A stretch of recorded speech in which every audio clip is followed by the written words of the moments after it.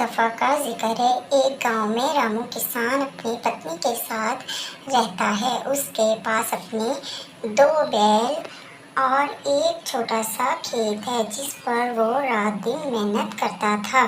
रामू एक गरीब और ईमानदार किसान था। किसान की पत्नी हमेशा अपनी किस्मत को रोती रहती है कि पता नहीं हम कब अमीर होंगे। किसान बोला कि ये तो ऊपर वाले का काम है, देना ना देना अपने सोचने से क्या होगा। रामू की पत्नी ने बोला, कह तो तुम ठीक रहे हो, लेकिन ना तो 2 साल से बारिश हुई है ना फसल हुई है। रामू ने कहा कि सही बोल रही हो, 2 साल से बारिश भी नहीं हुई और कुएं भी सूख गए हैं। रामू फिर अपनी बैल को लेकर खेत की तरफ चला जाता है, काम करने लग जाता है। रामू इतनी देर धूप में काम करने से थक जाता है और इसे भूख लग जाती है। उसके बैल भी थक जाते हैं। रामू बोलता है कि आधा काम मैं आज कर लिया है, आधा कल कर लूँगा। रामू घर चला जाता है और अपनी पत्नी से खाना मांगता है और वो खाना लेने जाती है।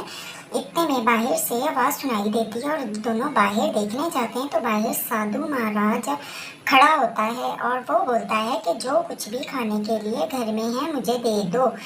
रामू बोलता है कि हम तो पहले बहुत गरीब हैं, खाने को कुछ नहीं है। बाबा बोलता है कि रहने दो बेटा, अब मैं चलता हूँ। रामू अपनी पत्नी से बोला कि मेरे हिस्से का खाना बाबा को ला दो और बाबा दुआएं देकर चला जाता है। और फिर सुबह को रामू अपनी बैल लेकर खेत चला जाता है। खेत में एक आदमी आकर पानी पीने के लिए मांगता है और आदमी रामू को बोलता है कि दिन भर मेहनत करते हो फिर भी तुम गरीब के गरीब ही हो। रामू बोला, कोई बात नहीं, मुझे भरोसा है कि ऊपर वाला एक ना एक दिन ज़रूर सुनेगा।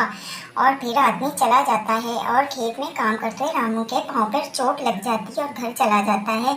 अगले दिन जख्मी पाँव के साथ ही वो दोबारा खेत आ जाता है और रामू अपने खेत के पास कुएं के पास जाता है और कुआं बिल्कुल भी पानी नहीं है। रामू कुएं के अंदर जाकर ज़मीन की खुदाई करता है और फिर रामू देखता है कि एक पत्थर से पानी निकलना शुरू हो जाता है और कुआं भर जाता है। और फिर रामू बोलता है कि ये मेरे अच्छे कर्मों का फल है जो मुझे आज मिला है। मेरी पत्नी ठीक कहती है कि तुम्हें तुम्हारे कर्मों का फल एक दिन ज़रूर मिलेगा। रामू की खुशी का कोई ठिकाना ना था।